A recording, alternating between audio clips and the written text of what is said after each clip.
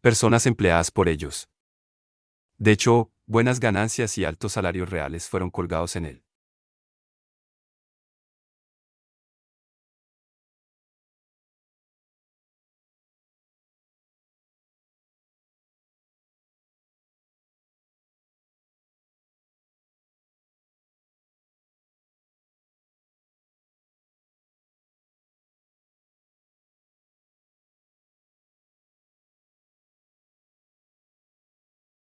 Todo camino tiene su principio.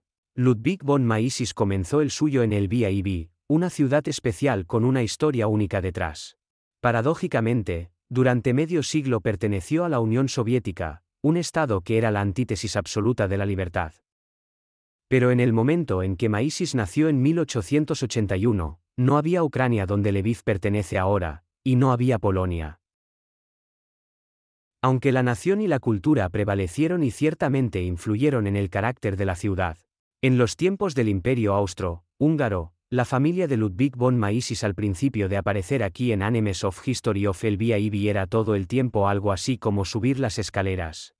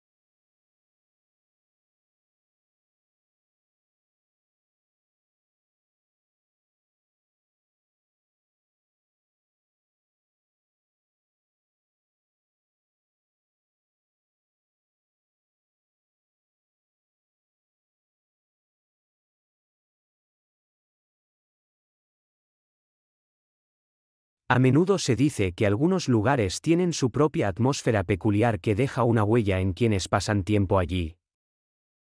Si esto es así, el hecho de que Mises naciera en el VIB no fue una coincidencia. Podríamos decir que su primer tutor fue la cultura muy especial del lugar y su familia que estaban dispuestos a involucrarse en la vida en la encrucijada de diferentes culturas.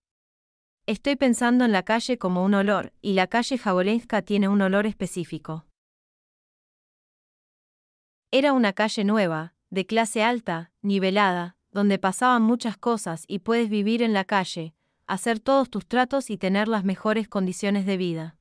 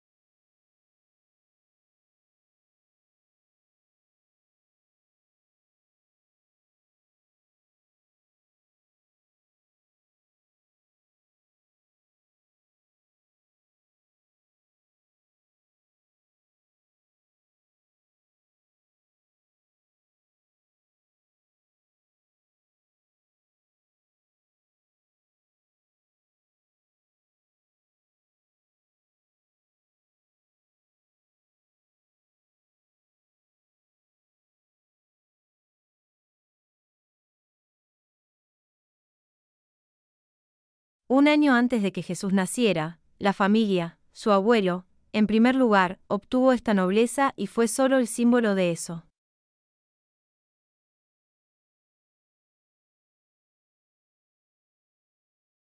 Las autoridades austrohúngaras entienden la importancia, el importante papel de esa familia. El escudo de armas de la familia von Maisis simboliza dos cosas importantes.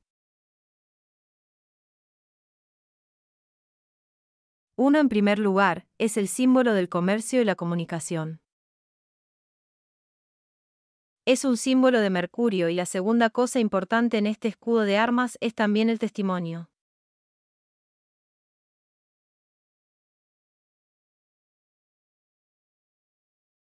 Simboliza la pertenencia judía de esa familia.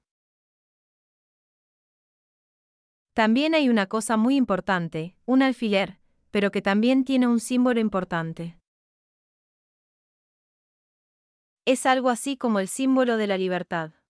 Pero el Viaiví fue solo una primera parada durante el largo viaje de Maisis. Su familia se mudó a Viena, la capital de Austria, Hungría. Fue aquí donde Maisis pasó sus años de adulto y aquí fue donde comenzó su carrera académica.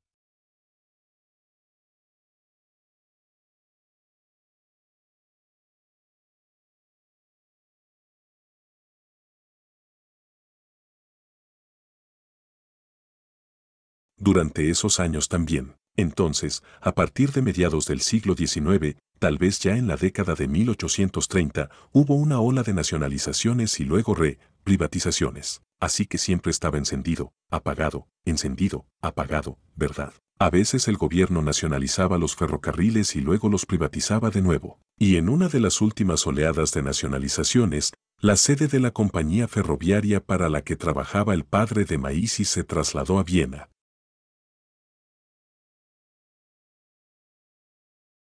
Viena era ciertamente en ese momento uno de los centros culturales de Europa y la razón de ello parece ser que allí se encuentra al mismo tiempo la cultura alemana y la ciudad alemana que se convierte en la capital de un imperio que comprende 12 nacionalidades y 6 religiones principales.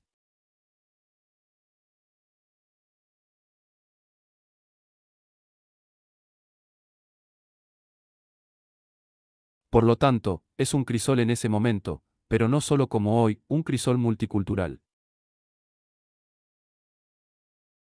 Es un crisol intelectual, político y económico, y es el lugar donde se concentra más el tardío desarrollo económico austriaco.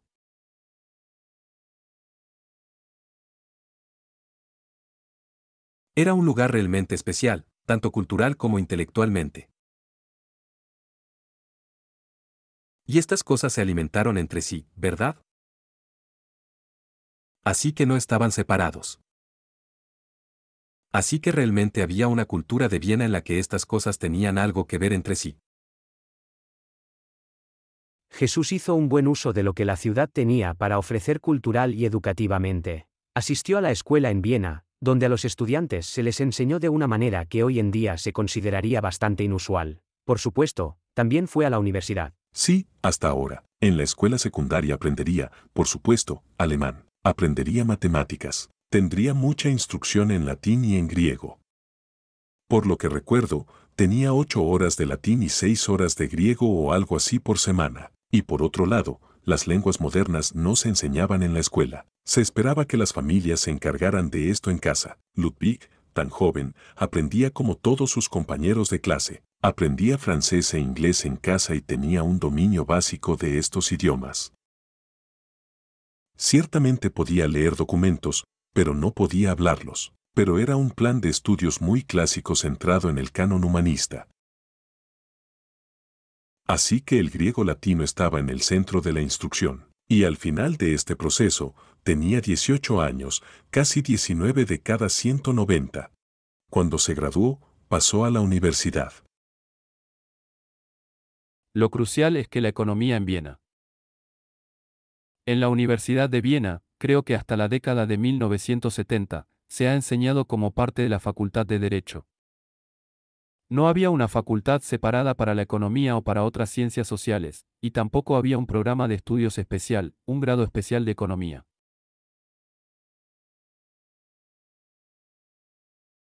Entre las influencias más importantes en Maisis se encontraban sin duda Karl Menger, el fundador de la Escuela de Economía.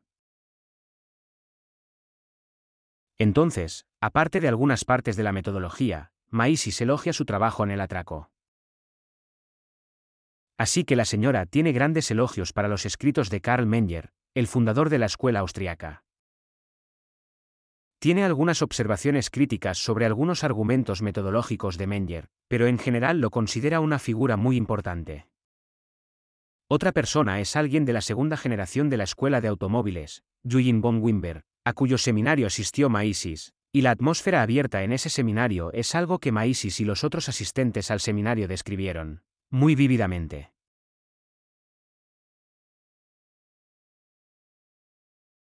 Entonces, cuando Bobak realmente dejó que diferentes opiniones se enfrentaran en la universidad, Maísis conoció a académicos cuyos trabajos y conferencias despertaron un ávido interés en él. Se sintió atraído por la protección liberal de los derechos individuales y la libertad económica. Apreciaba la idea de que el individualismo podía enfatizarse bien en los estudios de economía y gobierno y el hecho de que existía una metodología científica que se ajustaba a estos puntos de vista. Así es como conoció la escuela austriaca. Entonces Ludwig pasó a la universidad y se inscribió en lo que en ese momento llamaban Staatswissenschaften, que es la ciencia del gobierno, la ciencia de cómo dirigir y organizar un Estado.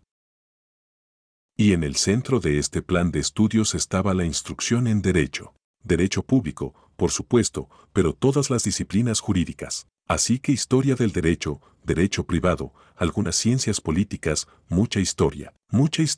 La instrucción histórica y la economía también formaban parte de ella, pero era solo un campo secundario, pero en el que las personas podían especializarse. Esa es, por cierto, también la razón por la que Maísis se convirtió en doctor en Derecho. Todas las personas se graduaron en Derecho. No existía un título en economía. Estudiaron cómo se había desarrollado ese sistema de derecho romano a lo largo del tiempo. Estudiaron sistemas de derecho alternativo. Examinaron mucho la historia en busca de diferentes arreglos institucionales. Así que realmente también se habían aferrado, y se puede ver esto con fuerza en el primer libro de Menger, por ejemplo, a una especie de teoría de etapas de la historia. Entonces, cada etapa fue acompañada por sus propias instituciones. Y creo que esta es la forma de pensar en la que se crió a Maísis. Y así, sí, obtuvo un título formal en Derecho, lo que, si lo desea, lo convirtió en abogado. Pero creo que es una especie de historiador social, tal vez sería el mejor término para el tipo de capacitación y el tipo de trabajo que se estaba llevando a cabo dentro de ese departamento. La carrera de Maísis no se estaba expandiendo tan rápidamente como podría haber esperado. Tuvo la oportunidad de enseñar en la universidad, pero no fue plenamente reconocido por la institución. Su situación, por paradójica que fuera, no era infrecuente en aquella época. Pudo aprovechar las ventajas de trabajar en la universidad, pero al mismo tiempo, su trabajo no fue financiado por la institución, ya que este privilegio se limitaba a un pequeño grupo de personas. Ludwig von Mises nunca obtuvo una cátedra completa en la Universidad de Viena. Por supuesto, hay muchas razones para eso. No pertenecía a ninguna de las grandes ligas de la universidad. Fue un destacado representante de la gran tradición liberal en el sentido clásico en Austria, que era un movimiento de élite muy pequeño, por así decirlo.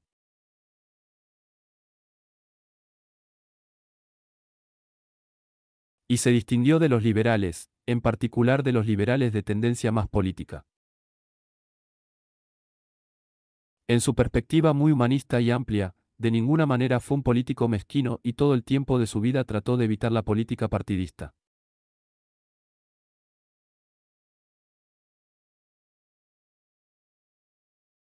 Así que era un extraño en la universidad.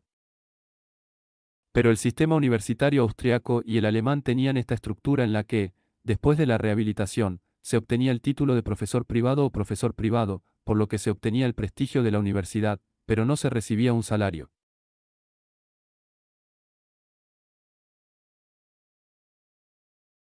Docente privado significaba solo que tenías derecho a enseñar y cumplías con las condiciones previas para una cita para una cátedra. Pero la mayoría de las veces, la mayoría de las docenas privadas vivían, trabajaban y ganaban su dinero fuera de la universidad. Europa comenzó una guerra consigo misma, pero dos alianzas opuestas, impulsadas por rencores pasados, necesitaban una chispa que naciera en el territorio de los Balcanes. El asesinato del archiduque Fernando, heredero al trono del Imperio Austrohúngaro, desencadenó la cadena de eventos que finalmente llevaron a las trincheras que cubrían el continente. Ludwig von Mises también participó en la guerra, abandonando la investigación sobre el mercado, la herramienta que sirve a la paz entre las personas. Hizo lo que creía que era su deber. Luchó en nombre de su país. Cuando integró el vacío, no fue para aplastar a los rusos. Ese no era un objetivo. El objetivo era preservar la libertad de Austria, por lo que era un deber patriótico. Eres ciudadano de un país, por lo que debes tu libertad a esta comunidad que se crea y se ha dado a sí misma, a ciertas organizaciones políticas, etc. Y le debes a esta comunidad que también des tu vida por ella. Muy parecido a los griegos que dan su vida a su propia política.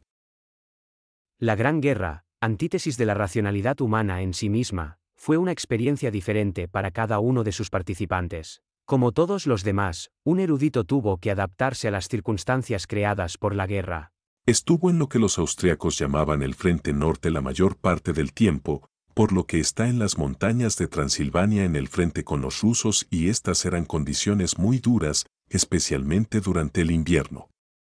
Las temperaturas muy bajas y, por supuesto, una gran cantidad de viento, etc., no fueron agradables. Y además, la gente muere a tu alrededor todo el tiempo. Así que esto es lo que hizo la mayor parte del año de la guerra. Yo diría que 2 años y medio aproximadamente. Y hacia el final del año fue reclutado para la administración de guerra. Entonces, el Ministerio de Guerra porque necesitaban mucha gente para administrar el nuevo sistema de planificación central. Muy bien, personas como Mises fueron de gran ayuda, al menos 13 para ser útil. Así es como pasó la mayor parte de la última parte de la guerra, los últimos 18 meses más o menos. En realidad, los pasó en Viena, y de hecho, también comenzó a enseñar de nuevo. Dando clases en el verano de 1918 en la Universidad de Viena, Ludwig von Mises comenzó a dar conferencias sobre la nueva realidad en una Viena que fue transformada por la guerra. Austria fue el país que perdió la guerra y la mayor parte de su territorio con ella. Es más, los colectivistas, el poder que se oponía directamente a la libertad, crecieron en fuerza allí. Austria fue uno de los perdedores de la Primera Guerra Mundial y eso, por supuesto, llevó a la caída del imperio y la repartición. Y lo que quedaba era la Austria alemana de Reich, un culto al que no se le permitía unirse a Alemania para formar un Estado-nación lingüístico como otros.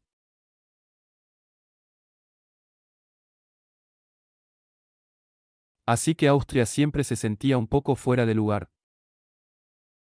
Había un pequeño país restante con una metrópolis de Viena que realmente no encajaba con el resto de Austria, que seguía siendo una de las ciudades más grandes de la época con 2 millones de habitantes, lo cual es enorme.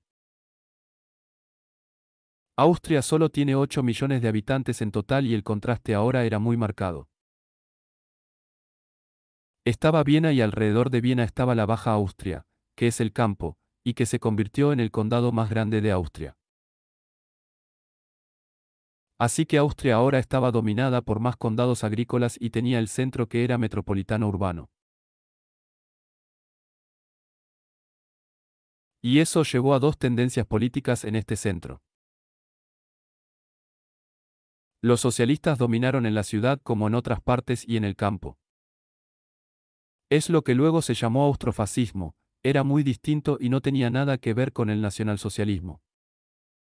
También fue distinto del fascismo italiano, pero más estrechamente relacionado con él fue un esfuerzo por utilizar los intereses de la Iglesia Católica y la agricultura para crear una especie de estabilidad y luego se opuso a los socialistas que estaban muy ansiosos por la revolución.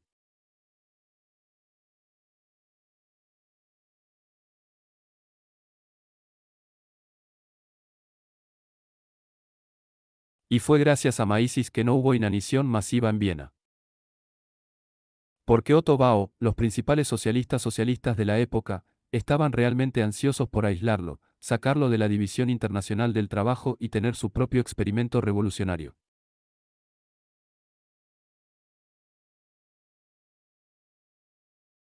Entonces, después de la Primera Guerra Mundial, Mises regresó a Viena, en la que reanudó su puesto en la Cámara de Comercio y también regresó a su puesto no remunerado en la universidad. Poco después, también ocupó un puesto en una comisión temporal que se creó para negociar la deuda de guerra.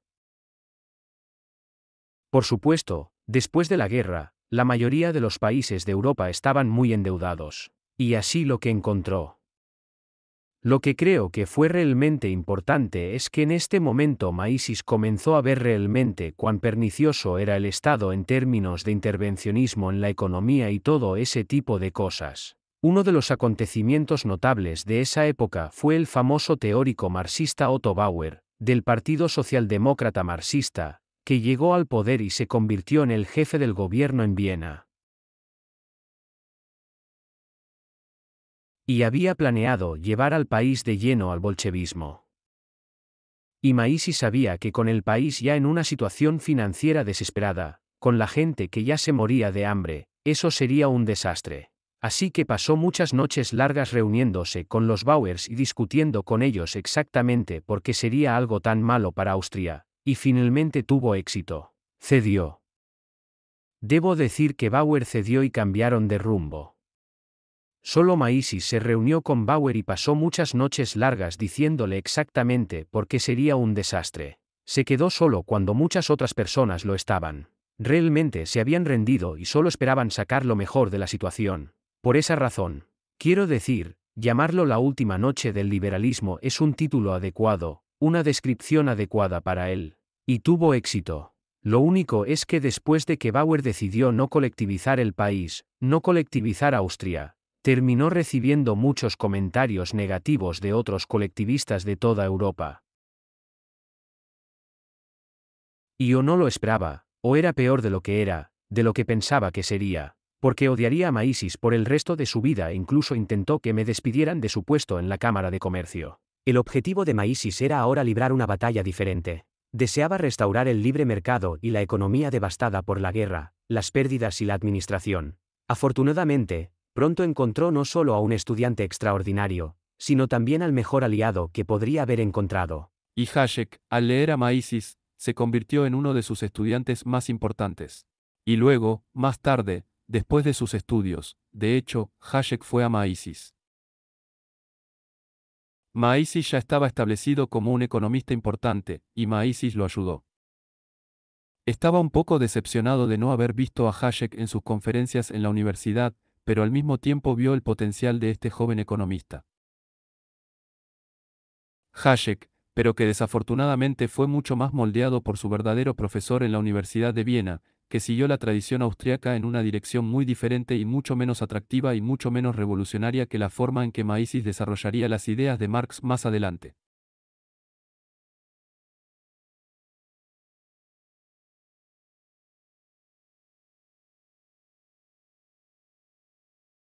Así que siempre hubo un poco de diferencia en los enfoques entre Arjik y Manga y cómo entender realmente la escuela austriaca de economía y, en particular, las cuestiones epistemológicas.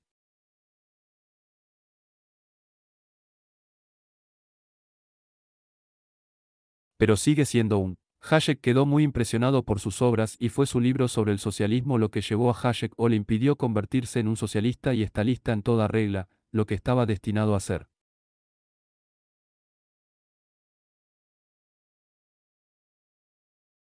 Y era, como muchos jóvenes estudiantes de la época, aficionado a las ideas socialistas y reformistas. Y luego pasaron por momentos muy difíciles y difíciles juntos en Austria en los años 20 y 30. Y aunque, hablando científicamente, en su enfoque y su método provenía de un trasfondo bastante diferente al de Maísis y lo expliqué con más detalle en mi libro, esencialmente siempre estaban en el mismo plano cuando se trataba de cuestiones prácticas. Eran elementos realmente geniales. Siempre estaban martillando los mismos puntos, los mismos argumentos cuando se trataba de negocios, no de la política del ciclo económico, sino también de todas las demás cuestiones de participación del gobierno en la economía, en el mercado de la vivienda o en el mercado laboral, donde siempre estaban en el mismo punto y, por lo tanto, desarrollaron una amistad muy sólida que duró el resto de su vida. Esta nueva realidad presentó a Maísis un nuevo desafío, la creciente importancia de la ideología de Karl Marx. Para defenderse del ataque de los izquierdistas, a nivel teórico, Mises utilizó las herramientas proporcionadas por la escuela económica que enfatizaba el individualismo. Así que quieren argumentar que la teoría de la distribución que Marx tiene con su noción de la explotación de los trabajadores que no obtienen todo el valor que ponen en el proceso.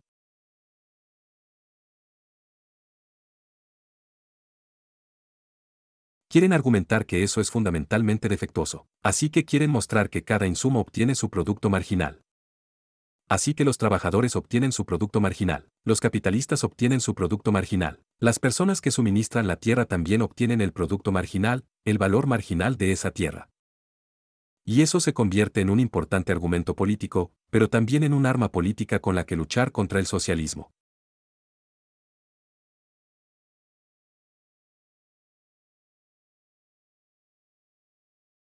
Y esto es realmente distinto. Entonces, si quieres pensar en qué punto Mises se convierte en esto, entonces creo que uno debe incluir su libro de 1921 sobre el socialismo para decir que en este punto realmente se ha decidido y tiene una visión frente al que luego llamaríamos austriaca.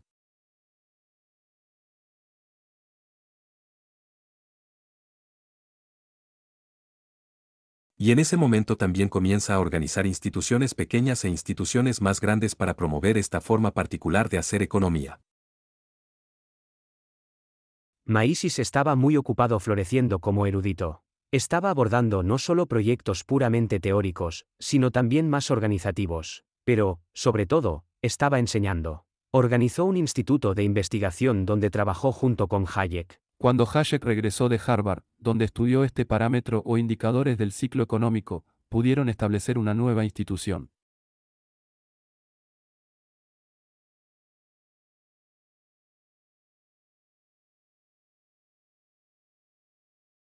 Este era el Instituto de Investigación del Ciclo Económico. Y creo que lo más importante de esto es también que la establecieron como una sociedad privada que era independiente del gobierno, independiente de las empresas, independiente de los sindicatos.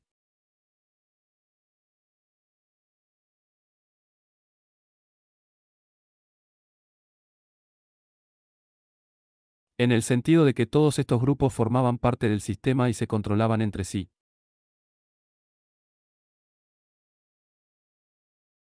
En el sentido de que podría asegurarse de obtener datos neutrales en el sentido de que todos podrían estar de acuerdo, y esto es muy importante, digamos, en las negociaciones salariales.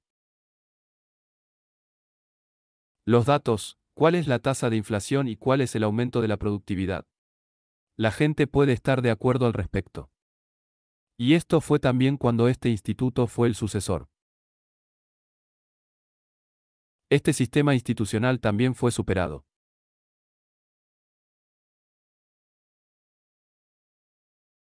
Como debo decirlo de nuevo, usado. Este instituto se estableció en las mismas condiciones institucionales que el Instituto de Investigación del Ciclo Económico. Mises apoyaba a las personas capaces y no pensaba si era de izquierda o de derecha. Debe haber sido un economista capaz. Y este instituto también apoyó a personas y consiguió trabajo para personas que tenían opiniones políticas diferentes.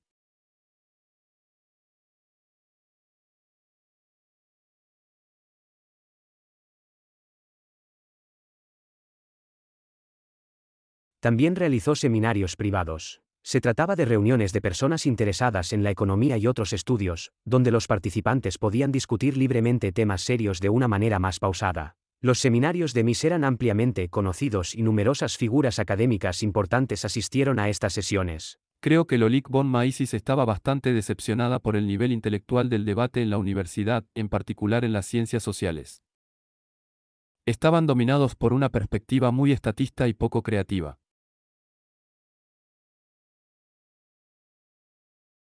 No está realmente interesado en entender la sociedad y la política desde una perspectiva de valores neutrales, sino en imponer sus ideas e ideales y a la población.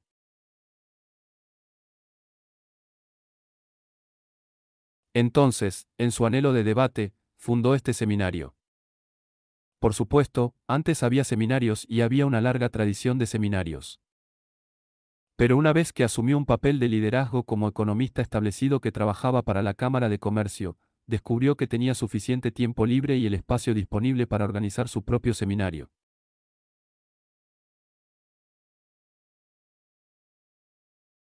Por supuesto, el espíritu de sus maestros y esta tradición. Bueno, creo que el seminario comenzó. Comenzó a principios de la década de 1920 y la mayoría de los miembros eran graduados de la Facultad de Derecho y muchos de los economistas austriacos conocidos eran miembros de los seminarios en Morgenstern y Malo y Thala y Strigal, y muchos funcionarios públicos.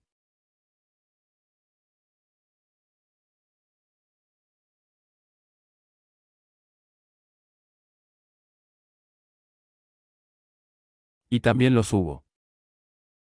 También era típico que los visitantes que venían a Viena fueran invitados a participar en el seminario de Maisis.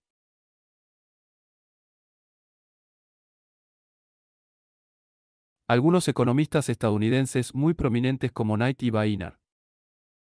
Pero esos economistas polacos que vinieron a Viena y también presentaron un artículo en la Gesellschaft Económica Nacional, que fue Dan Haidal, profesor de economía de Cracovia, y también fue invitado a Maisis para asistir al seminario.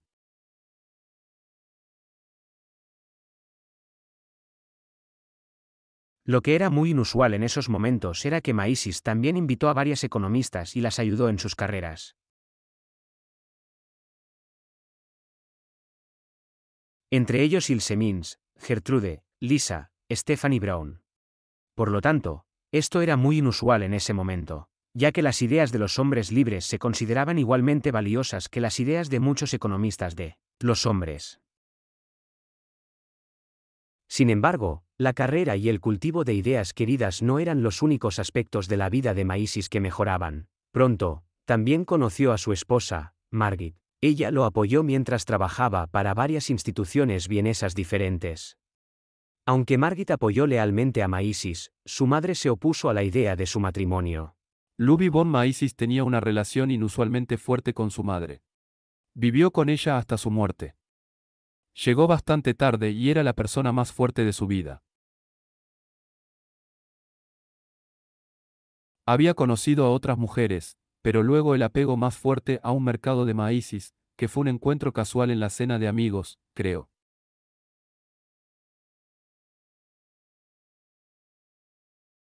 Pero al parecer los dos tuvieron sentimientos el uno por el otro muy pronto. Margaret Maisis aparentemente se enamoró de él de inmediato.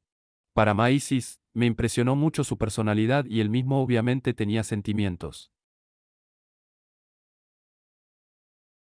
Pero al principio dudó mucho porque era obvio que su madre no lo aprobaría. Marquis de Maisis tenía antecedentes judíos, pero se había convertido al protestantismo para casarse con un noble húngaro. Y ella aquí de Hamburgo originalmente, creo. Y este noble murió ya en el 23. Era viuda, una viuda bastante joven. Desafortunadamente, la riqueza de los nobles desapareció en la inflación después de la guerra. Así que Margit von Maisis era viuda. No tenía dinero, tenía 2 hijos y, lo peor de todo, era actriz. Y ser actriz en ese momento se consideraba más como una prostituta. Desafortunadamente, era una ocupación de muy bajo estatus. En particular, no se consideraba algo que una mujer que no estaba de pie debería tener como ocupación. Así que, obviamente, la señora madre era muy reacia. Ella hizo todo lo posible para estropear esta relación y fue solo después de su muerte que la señora Q pudo desalojar honestamente esta relación y casarse para marcarla para Maisis, y fue una muy buena combinación.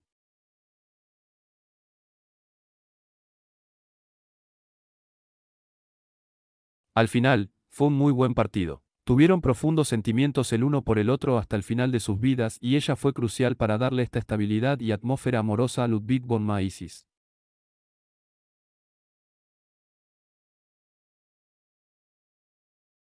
Margit recuerda el cambio de carácter de Ludwig con estas palabras: desde el día de nuestro matrimonio, Lu era una persona cambiada. No es que me malcriara con regalos o presencia. No habría sabido hacer eso, pero estaba relajado, cariñoso y sus ojos brillaban de felicidad. Cada pequeña cosa que hacía le interesaba. El mundo había cambiado para él. Lu era abrumador en su amor y afecto por mí. Nunca se sintió ofendido o insatisfecho con nada de lo que hice. No podía regañar.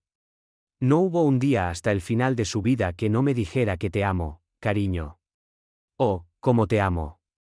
Me pareció que después de nuestro matrimonio, por primera vez en su vida, se sentía realmente realizado y feliz. En ese momento, Austria se había convertido en una especie de estado corporativo y Maísis, posiblemente en el presente, posiblemente solo en sus recuerdos al respecto, era muy pesimista sobre la existencia futura de Austria como estado independiente.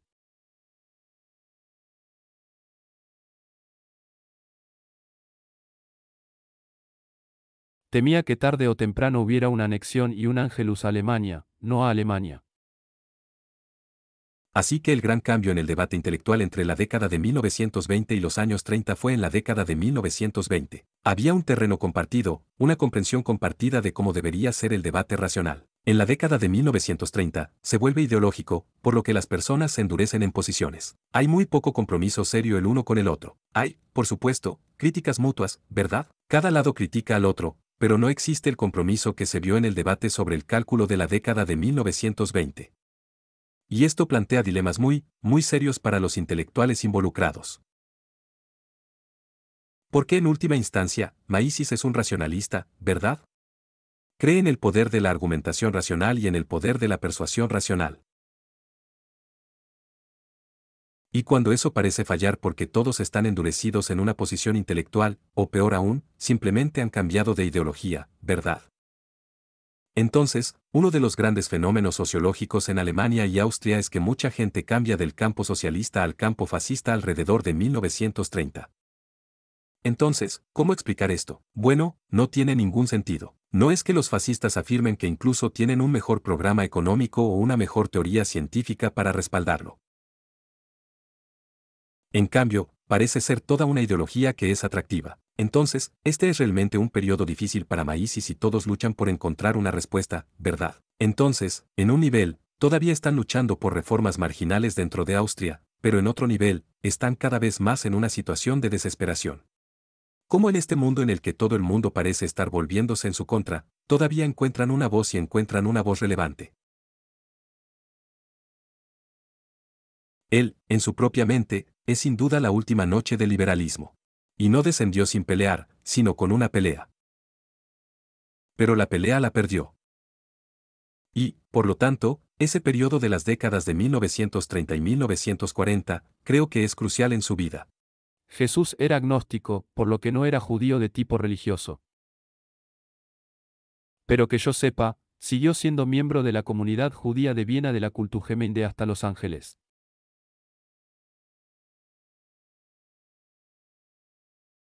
No por razones de fe de confesión, pero creo que por razones de principios, porque la gente se volvió hostil hacia los judíos confesionales y él no encontró el momento de abandonar la comunidad.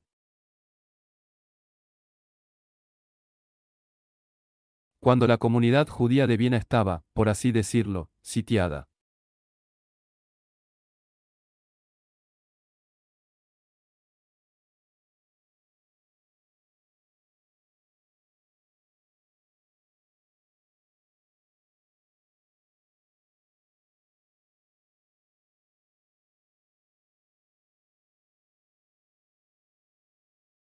Fue en marzo de 1938 que Hitler y los nazis absorbieron Austria. En ese momento, Maísis estaba en Ginebra y no era seguro para él regresar, por supuesto. Y arregló que Margit, su posterior esposa, llegara a Ginebra y allí es donde habían planeado estar durante bastante tiempo. Pero las circunstancias cambiaron radicalmente en 1940 cuando Hitler se trasladó a los Países Bajos e invadió Francia. Y en ese momento los amigos prevalecieron sobre Maísis para que abandonara Ginebra dada la marcha nazi. Y así se decidió a venir a Estados Unidos, que es a donde llegó en agosto de 1940. En el barco escribió una especie de memoria y es un libro muy triste. No se publicó hasta después de su muerte en 1973. pero en realidad estaba reflexionando sobre su vida, que simplemente había una presunción de que era. Su carrera había terminado. Sabes, él escribe esta línea en el libro, dice, me propuse ser un reformador, pero solo me convertí en un historiador de la decadencia en Nueva York. Comenzó a recuperar su posición mientras aprendía las formas de vida en los Estados Unidos. Para él, Nueva York era un lugar para conocer viejos amigos, así como para hacer otros nuevos y aceptar nuevos estudiantes. Maísis siempre sintió que la ciudad de Nueva York era una capital cultural clave, un lugar donde había muchos editores, por lo que quería estar en la ciudad de Nueva York. Rápidamente se instaló allí. Pero ese primer año, la segunda mitad de 1940 y 1941 fueron años muy difíciles para Maísis. Bueno, venía a Estados Unidos sin sus libros, sin sus papeles. Todos habían sido robados por los ejércitos alemanes cuando su apartamento fue saqueado en Austria. No lo era, pero era muy bueno en inglés. Tenía 60 años, así que eso es si su trabajo en realidad era incierto.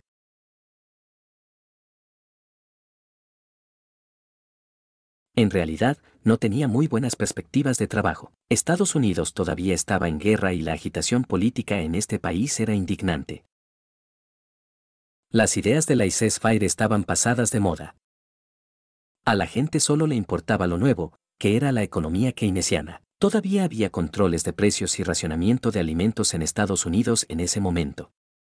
Básicamente, la economía fue nacionalizada y grandes cantidades de la fuerza laboral fueron reclutadas y enviadas al extranjero para la guerra y ser asesinadas. Así que este es un momento muy complicado para venir a los Estados Unidos. Así que ni siquiera tenía una reputación de la que hablar cuando vino, no consiguió un nombramiento prestigioso. De hecho, su trabajo en la Universidad de Nueva York estaba siendo pagado por un puñado de industriales privados que lo admiraban. Lawrence Burdick sería uno, pero solo un puñado de otras personas. Así que en realidad no era bienvenido, ni siquiera lo celebraban. Se mudó a un apartamento muy pequeño, casi sin un centavo, en realidad. Pero fue muy afortunado cuando llegó aquí porque había un columnista del New York Times llamado Henry Hazlitt que era un gran admirador de él porque había leído su libro El socialismo que había aparecido en 1922. Se había traducido al inglés. Para entonces ya había publicado en Inglaterra y Hazlitt lo había leído y estaba muy emocionado de que Maísis viniera a la ciudad. Ludwig von Mises y Henry Hazlitt tuvieron una amistad famosa. Comenzó primero a través de la correspondencia poco después de que se publicara la edición en inglés de Socialism en 1936. Ese libro se publicó por primera vez en 1922 en alemán. Hazlitt lo leyó cuando salió en inglés en 1936, quedó inmediatamente cautivado por él y comenzó una correspondencia con Mises. Y a las 3 semanas de que Mises y su esposa llegaran a Nueva York en agosto de 1940.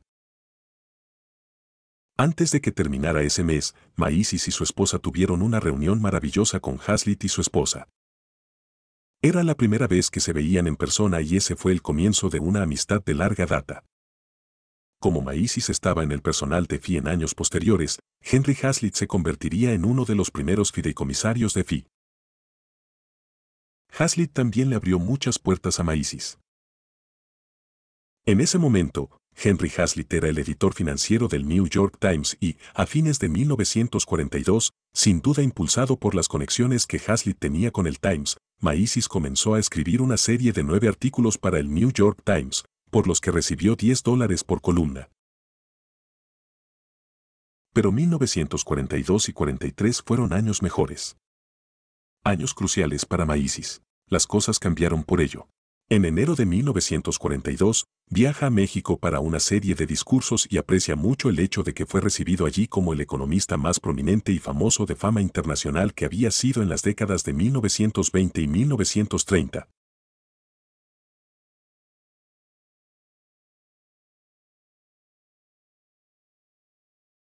Además, fue en 1942 cuando comenzó a aceptar muchos más compromisos de oratoria. Consiguió algunas subvenciones de la fundación y ayudó con sus ingresos. Estaba muy ocupado. Al emigrar a los Estados Unidos, consiguió un nombramiento como profesor en la Universidad de Nueva York, donde enseñó durante muchos años. No era un puesto universitario normal. Se pagó desde el exterior, dinero de intereses comerciales. Mi nombre es Gregory Van Kepnis. Soy estadounidense y fui estudiante de posgrado en la Escuela de Negocios de la Universidad de Nueva York y elegí tomar algunos cursos en mercados libres. Y entre ellos se encontraba un curso impartido por Ludwig von Mises. A diferencia de la mayoría de los profesores de la escuela de posgrado que estarían en la pizarra dibujando diagramas y mostrando todo tipo de cálculos, tablas y datos.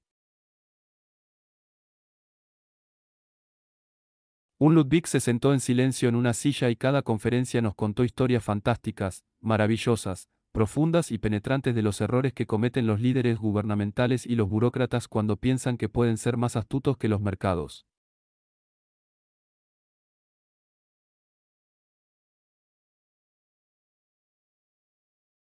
Y día tras semana, así es como conducía sus conferencias.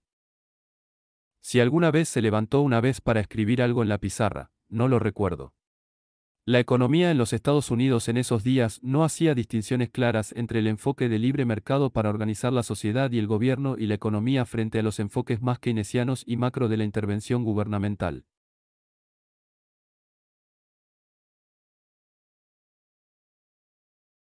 Estaba dejando muy claro, a diferencia de cualquier otro profesor que escuché, que no se puede contar con burócratas para tomar buenas decisiones de manera consistente. No importa, incluso si tienen experiencia en negocios. Una vez que se ponen la chaqueta de un burócrata, se convierten en una persona diferente. Sus motivaciones cambian. Ya no están asumiendo los riesgos que usted tomaría para encontrar buenas soluciones en un mercado. Y esas eran las cosas que trataba de explicar. No lo aprecié del todo entonces. Recuerdo la suma de las historias, como finalmente lo hice más tarde en la vida en 1964, periodo en el que estaba tomando estos cursos. Los estadounidenses en general eran mucho más conservadores en la forma en que vestían. Si no recuerdo mal, la mayoría de los estudiantes eran estudiantes nocturnos que venían del trabajo, por lo que la mayoría de nosotros vestíamos traje y corbata. La mayoría de los profesores no lo eran. Sin embargo, en aquellos días siempre eran casuales. Pero no Ludwig von Mises. No, siempre iba vestido como un caballero inglés. Fue muy activo en la enseñanza y en la generación de doctorados estadounidenses.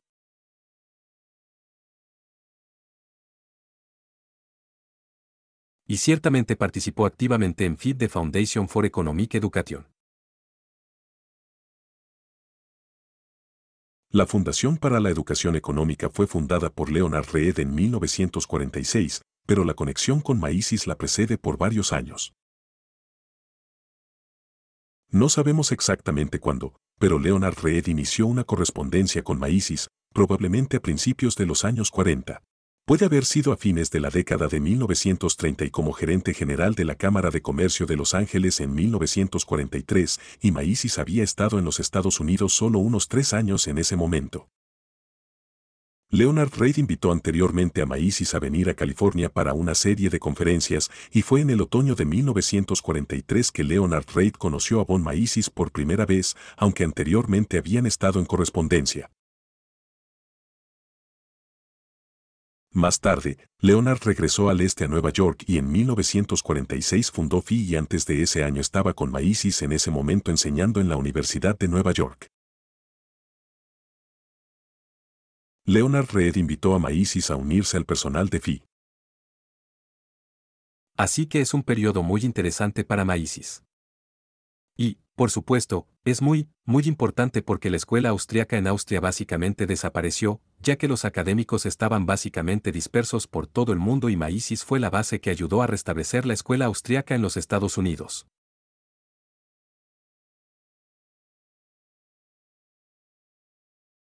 En la ciudad de Nueva York, Mises estaba recuperando elogios, a pesar de que las ideas que promovía no eran tan populares. Fue allí donde su camino se cruzó con el de Murray Newton Rothbard, economista y neoyorquino.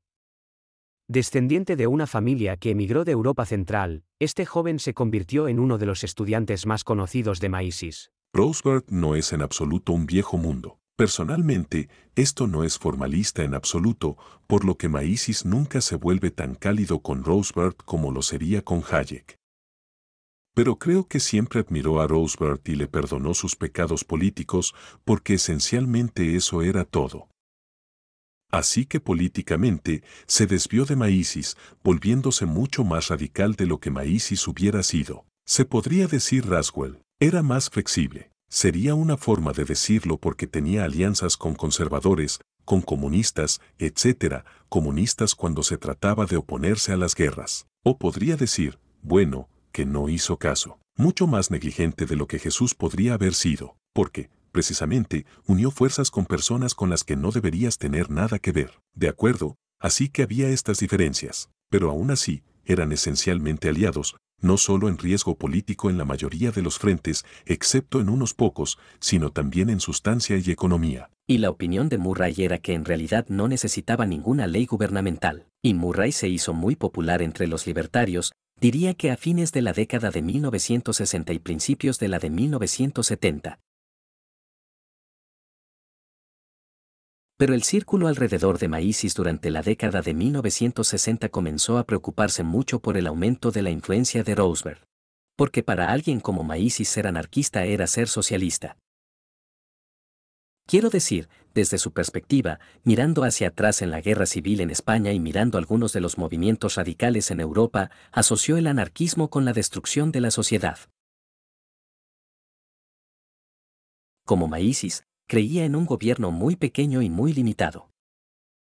Sin embargo, creía en el gobierno. De hecho, es bastante interesante. Después de que la influencia de Roosevelt comenzó a aumentar, Maísis comenzó a ser un poco más extremo en sus puntos de vista sobre el gobierno. Incluso escribe en este libro, The Ultimate Foundation of Economic Science, que es su último libro. Dice que el gobierno es la institución más esencial. Maísis también reabrió seminarios privados, reuniendo a un grupo de personas que lo consideraban su mentor. Estos encuentros y los vínculos entre los participantes tenían un carácter único. Algunas personas todavía lo recuerdan. En Nueva York, había un círculo de personas que eran misianas y que amaban a Hayek y Maísis y Murray Roosevelt y Kirchner y Lachman. Y esas personas Mario Rizzo.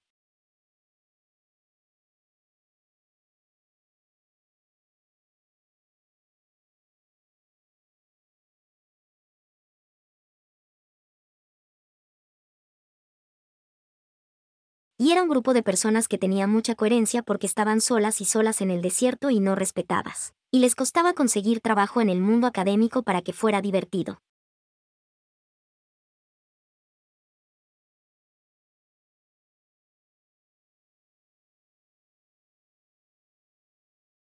Y eran alegres y animados y tenían reuniones y con una intensidad que supongo que ya no encuentras.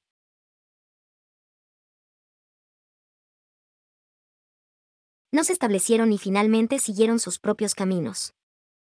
Así que eso se centra probablemente en la Universidad de Nueva York, que entonces era bastante buena. Tenía a la mayoría de estas personas asociadas con ella, y ahora creo que está más dispersa.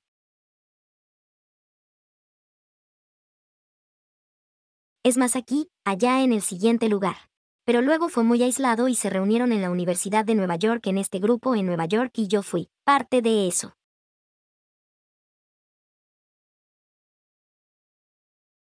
Su influencia es extremadamente importante porque en ese momento Estados Unidos realmente no tenía ningún economista serio que hablara de libre mercado, en realidad. Y había unos pocos, pero ninguno que fuera, ya sabes, poderosos grandes pensadores. A veces había ensayistas, pero necesitábamos a alguien que viniera y reviviera nuestra propia tradición de economía. Es extraño que un austriaco viniera a Estados Unidos y nos explicara nuestro propio sistema económico.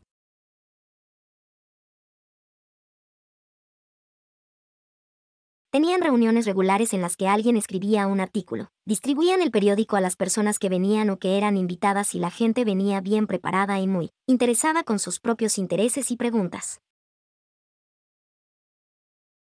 Desarrolló algo así como un club de fans. Y no eran en su mayoría estudiantes de economía. Era como estudiantes de negocios y luego también solo personas en Nueva York que estaban entusiasmadas con sus ideas, pero no estudiantes de economía regulares ni nada de eso. Así que daba conferencias todas las semanas en la Universidad de Nueva York y todavía había 30 o 40 personas, la mayoría de las cuales no estaban inscritas en clases, algunas de las cuales lo estaban. Algunas personas aparecieron sin saber qué era Ludoramises o lo que eso significaba. Tenía fama de ser una muy fácil. Algunas personas a veces venían solo por la fácil. Pero los círculos intelectuales de Nueva York en esos días se organizaban en torno a grandes pensadores. No solo asistían a las mismas charlas y se escuchaban dando sus trabajos o sus ideas, sino que también estaban juntos socialmente y bromeaban juntos y tenían cenas y reuniones y películas y esas cosas juntos.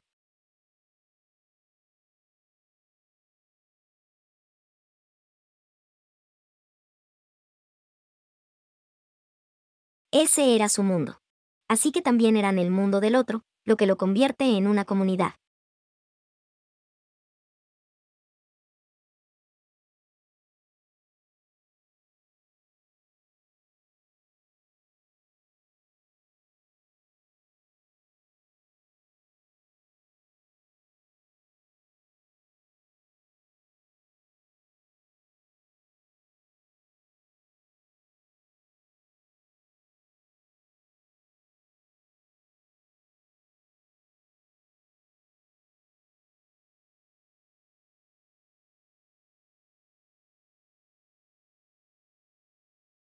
La diferencia entre Maísis y Rothbard es interesante, especialmente debido al hecho de que presentan ramificaciones de los pensamientos que provienen de una ruta común centrada en la libertad. Después de la Segunda Guerra Mundial, los vendedores libres y los liberales, tanto de los Estados Unidos como de Europa, querían organizarse. Es por eso que crearon la Sociedad Mont Pelion, la organización que promueve tanto el libre mercado como un Estado mínimo. Los miembros de la sociedad, incluido Maísis, a menudo mantenían discusiones acaloradas e intensas. La historia que todos cuentan sobre Maísis saliendo de todos, llamándolos a todos un montón de socialistas. Hay que poner en contexto lo que estaban debatiendo en ese momento. Así que Maísis siempre fue conocido como una persona que no toleraba muy bien a los tontos, ¿verdad? Así que él era, ya sabes, él era un tipo belicoso y, ya sabes, no le gustaba lo que consideraba argumentos tontos hechos por personas que deberían saberlo mejor. Eso es todo esto de todos los demás. Por ejemplo, si escuchas el Tina BN Graves, cualquier estudiante podría hacer cualquier pregunta y nunca sería desagradable para el estudiante porque el estudiante no sabía mejor, ¿verdad? Al estudiante se le habían enseñado todas estas falacias, por lo que Maísis sintió que su trabajo era tratar de comunicarle sobre economía. Pero si se trataba de colegas economistas y argumentaban a favor del intervencionismo, o argumentaban a favor del abandono del patrón oro, o argumentaban a favor de déficits permanentes, o que son esas cosas o en contra del libre comercio, Maísis sintió que tenía que gustarle. ¿Saben qué les pasa a ustedes? Ustedes deberían saberlo mejor. Sabes economía, y sin embargo estás cometiendo estos errores. Y así están en el barco de camino. En realidad es así. Es un viaje largo, ¿verdad? No vuelan como hoy. Van a cruzar el océano en el barco y tienen la contingencia estadounidense allí. Así que tienes a Frank Knight, que es uno de los grandes liberales clásicos estadounidenses. Tienes a Nolan Friedman. Tienes a George Stigler. Ya sabes, tienes a estas personas que se supone que son el director, que se supone que son estas luces principales en el liberalismo clásico. Y Knight siempre había creído que debería tener un impuesto a la herencia del 100%. De acuerdo, para que no haya legado del dinero a la próxima generación que de alguna manera privilegiaría a los próximos niños. Entonces, lo que quería hacer era tener un impuesto a la herencia del 100% para que cada generación tuviera que luchar por su propia forma de avanzar.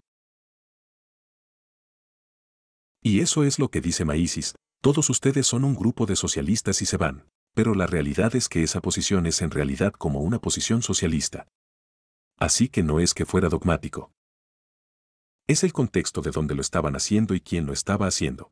Si se tratara de un grupo de estudiantes sentados hablando de, ya sabes, algunos, ya sabes, una idea loca, o algún economista no capacitado. De todos los informes que tenemos, Maísis habría sido lo más paciente posible y se habría sentado a tratar de explicar. Así que no era una persona fría y rígida, pero parecía de esa manera y eso hacía posible o imposible malinterpretarlo. Y él A veces decimos ser dogmáticos hoy en día y creo que es una mezcla de esta personalidad y al mismo tiempo su dedicación a la verdad.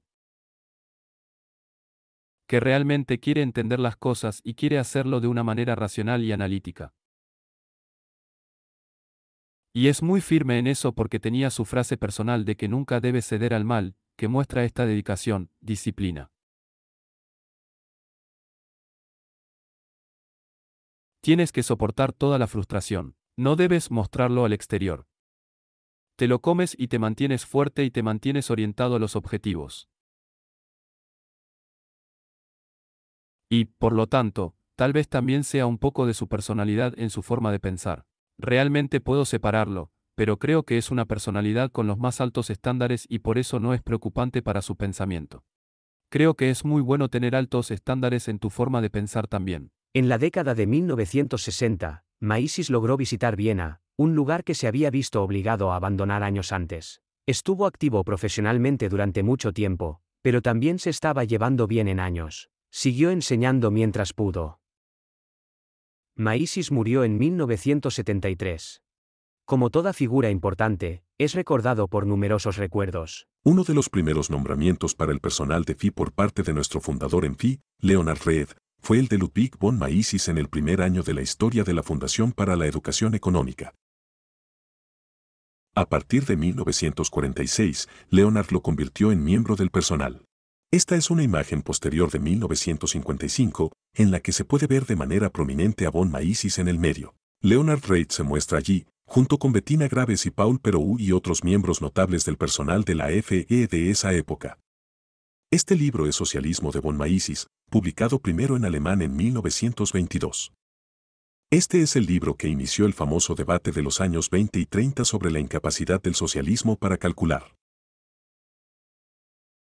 Esta es una contribución excepcionalmente necesaria para nuestra comprensión de la economía.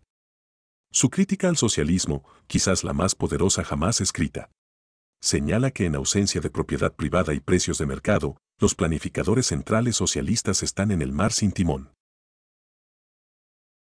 No saben lo que están haciendo, no tienen forma de saber que se necesita con más urgencia que en otros lugares. Es el sistema de precios en los mercados libres el que les da ese tipo de información. Pero eso es lo que abolen cuando deciden que el Estado lo poseerá y el Estado fijará los precios. El Estado decidirá quién lo consigue. Eso no produce orden, sino caos. Y eso es para siempre. Uno de los clásicos de Mises y de la economía en general. Como se puede ver en la inscripción de Mies en esta copia de Socialismo, se la dedicó a Henry Hazlitt.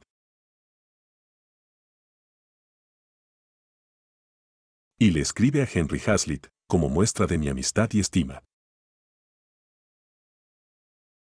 Los recuerdos que nos recuerdan a Mises carecen de un premio Nobel, junto con una conferencia que tradicionalmente da el galardonado a la audiencia. Si fue un economista tan influyente e importante, ¿por qué no ganó el premio Nobel de Economía? Creo que Mises, como Frank Knight, como John Maynard Keynes, ya sabes, ninguno de ellos ganó el premio Nobel de Economía.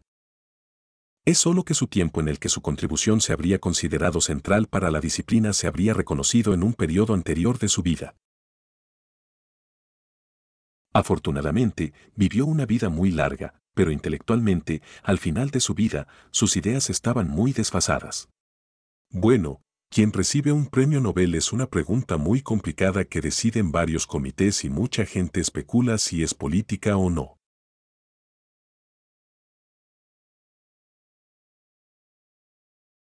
Realmente no sé específicamente por qué obtuvo o no el premio Nobel, pero desafortunadamente falleció a los pocos años de recibir el primer premio Nobel y poco después uno de sus estudiantes, Friedrich Hayek, terminó ganando el premio Nobel.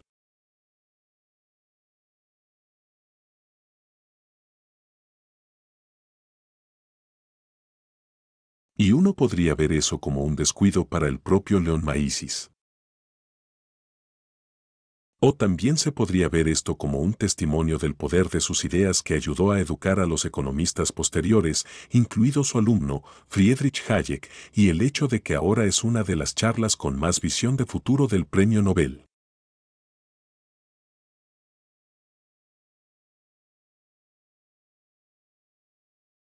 Cuando Hayek ganó el premio Nobel por otros economistas, ese es uno de los que otros premios Nobel siempre hablan.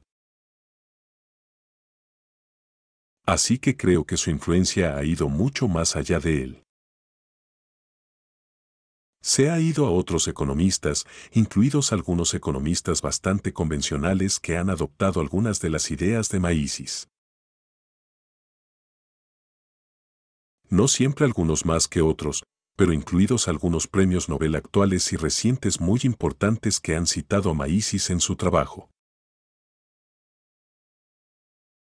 Jacob Boehner y Henry Siemens, dos importantes economistas de Chicago, han dicho en diferentes ocasiones, si juzgas a un maestro por la calidad de sus estudiantes, Maísis que sale de Viena debe ser juzgado como el mejor profesor de economía que haya existido. Sin embargo, el legado de Maísis es sobresaliente para las generaciones que lo siguieron. Dejó una escuela de pensamiento creciente e importante y una obra que tiene un potencial para cambiar la realidad. Su mejor libro.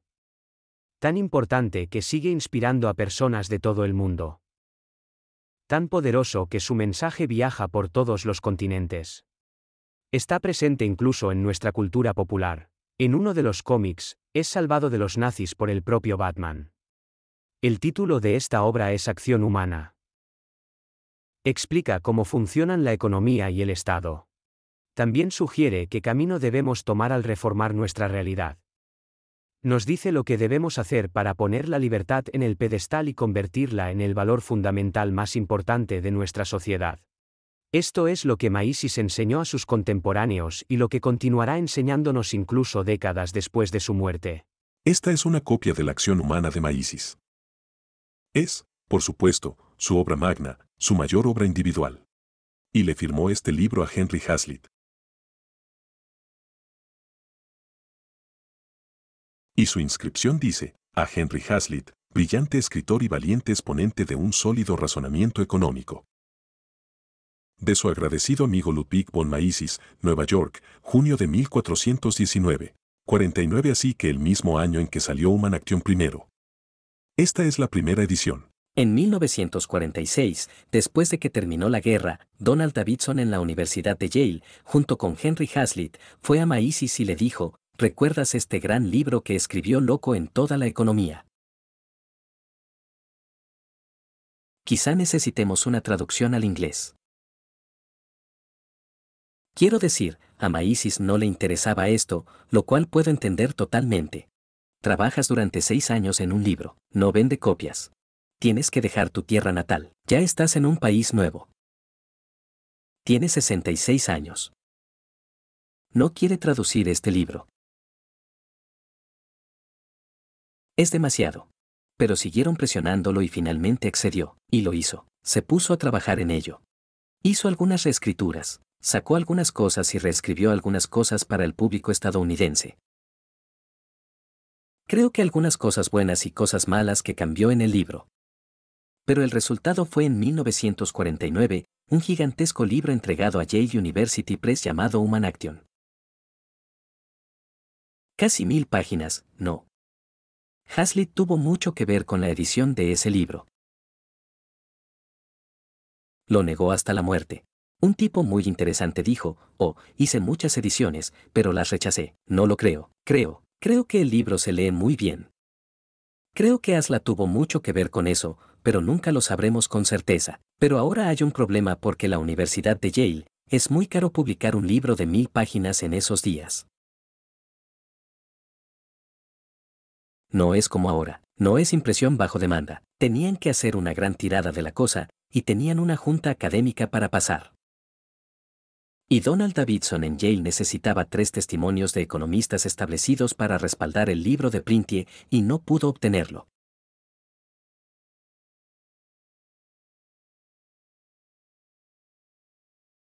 Nadie respaldaría este libro porque el Maísis se consideraba demasiado anticuado y desactualizado. Y se dieron cuenta de que nadie quería leer sobre economía de libre mercado, especialmente en el transcurso de 1000 páginas, y las primeras 200 páginas tratan enteramente de la metodología de las ciencias sociales. Así que me pregunto, ¿quién va a leer este libro? Donald Davidson no pudo obtener un respaldo. El caballero que lo hizo posible era un economista que entonces lo enseñaba en Harvard, que me tenía un gran afecto y que en realidad era amigo personal mío y de su esposa. Margaret era Fritz Machlup, un tipo muy interesante, un pensador marginalista, pero un economista convencional en muchos sentidos, pero un tipo muy interesante. Él fue el que escribió la carta a Yale y le dijo, ¿sabes qué? Este tipo es un maestro, por deferencia al gran hombre, incluso si no tiene futuro, incluso si ya no tiene influencia, aún debe publicar esto como un acto de piedad realmente hacia lo que fue y lo que alguna vez significó este cuerpo de ideas.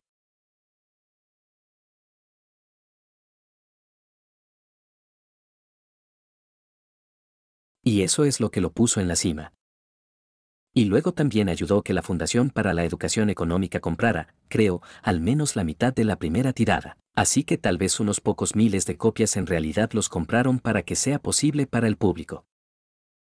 Así que Human Action salió en 1949 y se convirtió en un gran éxito de ventas. Significó mucho para todos. Y la primera tirada se había ido, la segunda tirada, la tercera tirada. Entonces, después de 6 u 8 meses, la prensa está extasiada porque en realidad están ganando dinero con este libro ahora, ya sabes. Y nadie hubiera imaginado algo así. Incluso era posible. Entonces, si alguien hoy quiere informarse sobre economía y ha escuchado algo sobre la escuela austriaca por casualidad, lo toma como una introducción y un libro de texto para economía.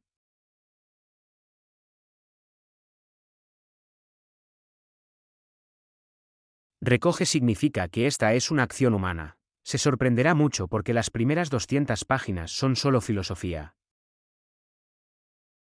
Por supuesto, esto es muy inusual desde la perspectiva actual, pero el intento fue comenzar desde estos conceptos básicos filosóficos hasta la economía de una sola persona, y luego desarrollar más y más y más y más axiomas auxiliares. Desarrolla más y más teoría. Podemos pensar en este libro como un libro de economía, pero en cierto modo similar a Adam Smith, un libro de filosofía social y moral también.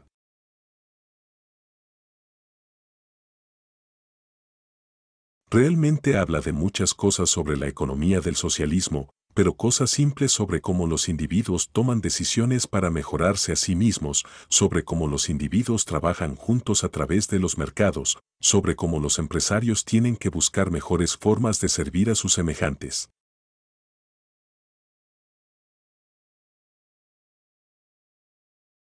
Para mí, este libro es una visión mucho más amplia y amplia de la economía que algunas de las opiniones más tecnocráticas de la economía, donde se trata de resolver algunos problemas de optimización, resolver algunas ecuaciones.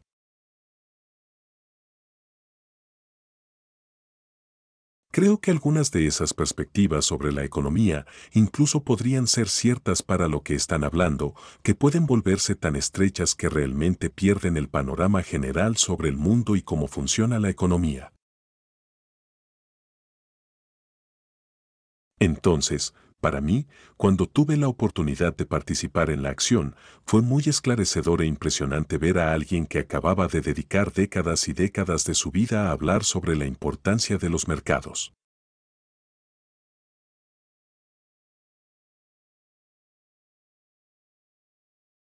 Y no creo que sea demasiado para especular, pero creo que probablemente estaba muy preocupado por el curso del mundo, por el curso de la humanidad.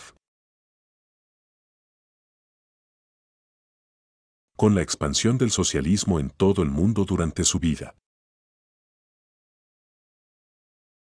Con la expansión del fascismo, otra forma de socialismo durante su vida, tuvo que desarraigar su vida.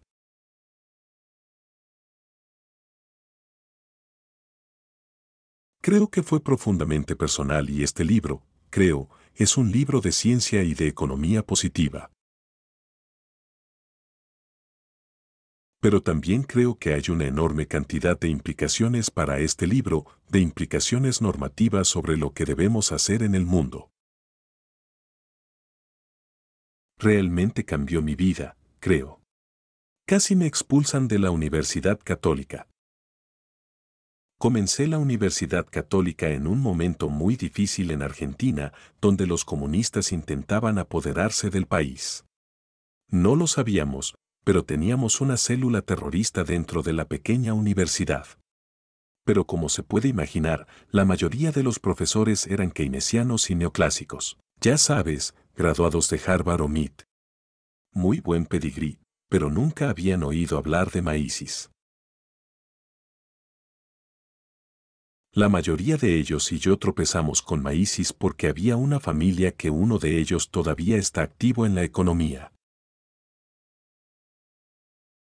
Han sido la familia Venegas Lynch quienes iniciaron un grupo de expertos para replicar la Fundación para la Educación Económica en Nueva York. Y todos ellos también habían invitado a Maísis a hablar en Argentina. Y la edición de Acción Humana ya estaba allí en español. Así que en mi primer año de universidad, mientras me enseñaban economía keynesiana, comencé a estudiar casi de memoria la acción humana por la forma, y la mayoría de sus enseñanzas y análisis lógico contradecían mucho de lo que me enseñaban.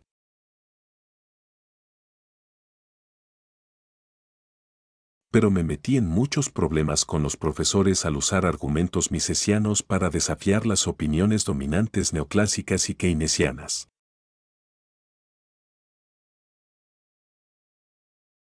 Maísis deja en claro en su pensamiento y en sus escritos que el centro de la actividad económica no es el colectivo. No es el Estado. No es un poco de humanidad. Es más bien el individuo. Todo fluye de las decisiones individuales, de las acciones, de los pensamientos que proceden en la mente de las personas y que las impulsan a actuar. La acción humana tiene un propósito. Como explicó Maísis, está impulsado por el deseo de todos y cada uno de nosotros de mejorar nuestro bienestar en la vida y, a partir de ahí, ese principio de importancia crítica en la acción humana. Continúa explicando el ciclo comercial, la naturaleza de las tasas de interés, las ganancias y pérdidas, el espíritu empresarial, y lo hace de una manera que hace que la economía sea muy dinámica. Creo que probablemente sea seguro decir que el legado de Maísis como un edificio intelectual sobre sus ideas es probablemente mayor hoy de lo que cualquiera podría haber imaginado. Pero adquiere una gran variedad de perspectivas. En lugar de la idea de una, ya sabes, solo una línea pura de Mesesian, va en una variedad de direcciones diferentes, pero aún así, al final del día, se trata básicamente de las ideas centrales de Maísis sobre la toma de decisiones bajo incertidumbre, el mercado como un proceso económico en lugar de un estado de equilibrio, y el examen de las dificultades del intervencionismo y la imposibilidad de poder planificar la economía en su conjunto. No hay atajos en la batalla por las ideas. Ahora nos enfrentamos a un entorno muy diferente al que enfrentamos cuando éramos jóvenes. Voy a cumplir 65 años el mes que viene. Cuando tenía tu edad o mis 20 años, realmente podías, en un pequeño libro, 2 estanterías, cabían casi todas las obras clásicas del libre mercado, y las leíamos, y eso era más sustancial, dijo Maísis. Para bien o para mal, el curso del mundo está determinado por la opinión pública. Y una de las funciones de la economía de los economistas es ayudar a educar al público sobre cómo funciona el mundo, sobre cómo funciona la economía, sobre cómo funcionan los mercados.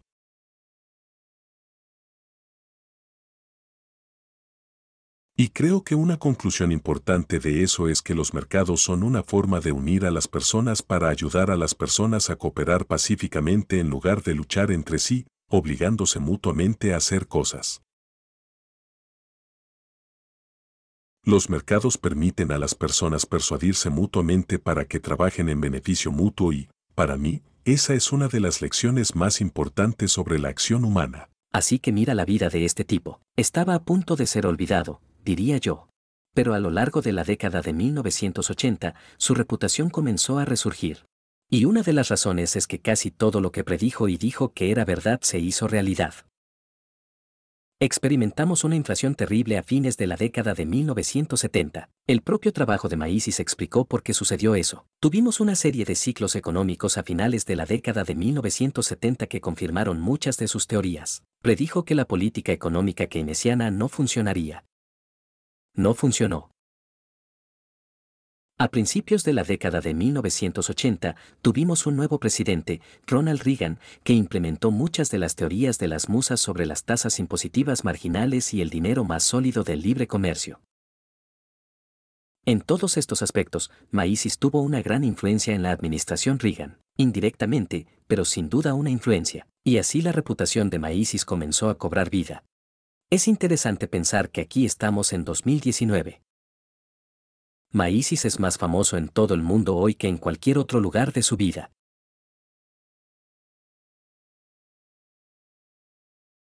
Así que de alguna manera es inmortal.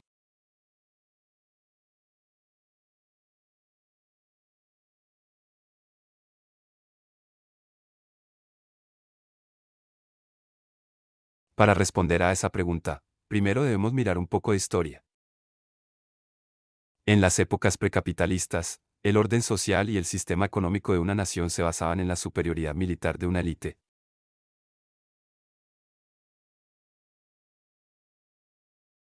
El conquistador victorioso se apropió de todos los países utilizables, retuvo la parte para sí mismo y distribuyó el resto entre su séquito.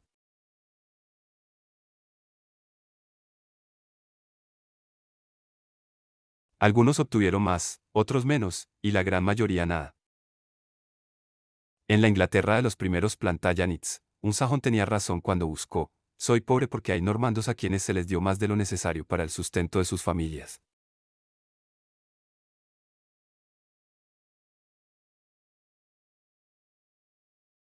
En aquellos días, la riqueza de los ricos era la causa de la pobreza de los pobres.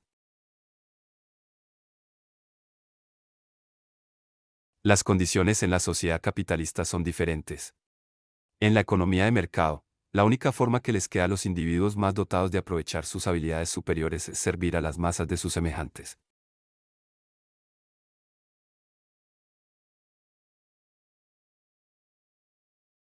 Las ganancias van a aquellos que logran satisfacer las necesidades más urgentes de los consumidores que aún no están satisfechas de la mejor manera posible y más barata.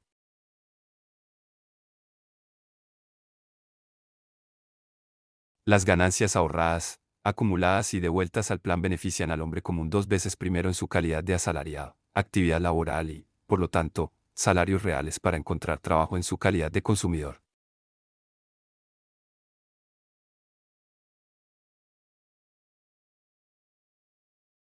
Su capacidad de consumidor significaba el producto del capital adicional a los precios más bajos posibles.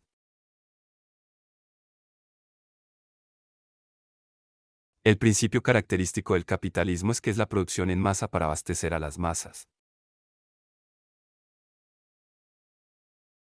Las grandes empresas sirven a muchos. Esos conjuntos que se producen para los gustos especiales de los ricos nunca superan el tamaño mediano o incluso pequeño. En tales condiciones, aquellos ansiosos por obtener un interés atractivo en la prosperidad de las empresas comerciales. Porque solo la próspera cooperación térmica tiene la oportunidad de invertir, es decir, de ampliar y mejorar sus actividades mediante el empleo de herramientas y máquinas cada vez mejores y más eficientes.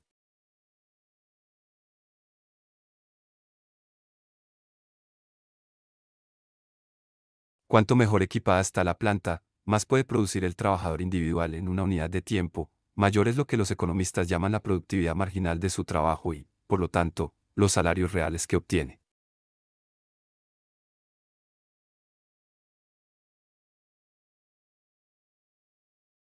La diferencia fundamental entre las condiciones de un país económicamente subdesarrollado como la India y las de los Estados Unidos es que en la India, el capital invertido por hectárea y, por lo tanto, la productividad marginal del trabajo y, en consecuencia, las tasas salariales son mucho más bajas que en este país.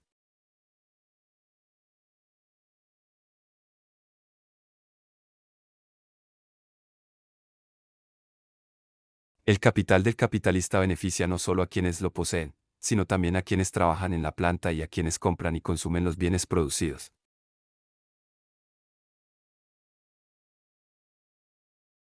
Y luego hay un hecho muy importante a tener en cuenta.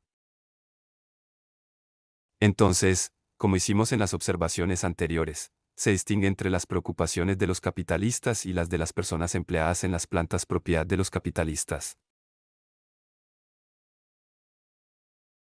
No hay que olvidar que se trata de una simplificación que no describe correctamente el estado real de los asuntos estadounidenses actuales.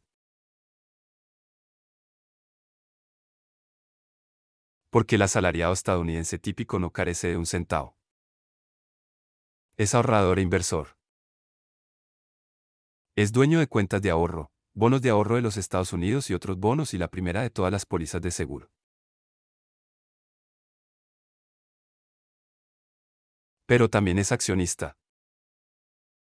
Al final del año pasado, los ahorros personales acumulados alcanzaron los 338.000 millones de dólares. Una parte considerable de esta suma es prestada a las empresas por los bancos, cajas de ahorros y compañías de seguros.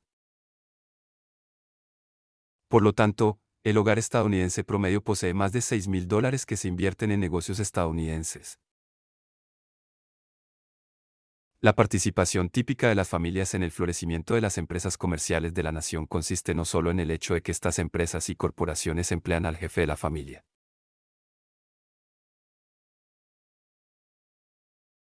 Hay un segundo hecho que cuenta para ellos, a saber, que el capital y los intereses de sus ahorros se ahorran solo en la medida en que la libre empresa estadounidense esté en buena forma y prosperidad.